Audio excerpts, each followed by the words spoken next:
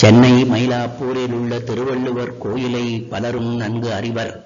அக்கோயிலை திருவள்ளுவர் கோயிலென இன்று அழைக்கப்பட்டாலும் சுமார் 20 ஆண்டுகளுக்கு முன்னர் நயினார் கோயிலென்றே வழங்கி வந்தது. வரலாற்றின் வழியில் ஆராயும் போது அக்கோயில் தோன்றிய காலத்திலிருந்து சில நூற்றாண்டுகளுக்கு முன்னர் வரை நாயனார் கோயில் என்று வழங்கி வந்துள்ளது. நாயனார் எனில் நாயகன், தலைவன் என பொருள்படும்.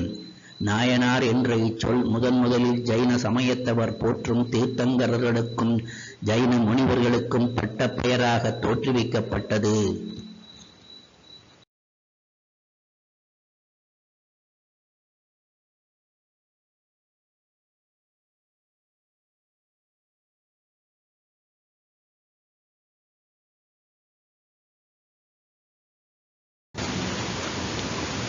ஸ்ரீ எல்லீஸ் அவர்கள் தமிழையும் வடமொழியையும் நன்கு கற்று மனு தர்ம சாஸ்திரத்தை ஆங்கிலத்தில் மொழிபெயர்த்ததுடன் திருக்குறளின் அறத்துப்பாலின் முதல் 13 அதிகாரங்களை ஆங்கிலத்தில் 1818 மொழிபெயர்த்து உரை எழுதி அச்சிட்டிருக்கின்றார்.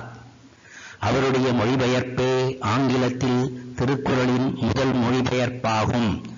திருக்குறளை படித்ததன் பயனாக 1818 சென்னையில் பெரும் தண்ணீர் பஞ்சம் வந்தபோது அங்கு 27 கிணறுகள் வெட்டி வைத்தார். அவற்றுள் ஒன்று சென்னை ராயப்பேட்டையில் பெரியபாளையத்து அம்மன் கோயிலில் உள்ளது.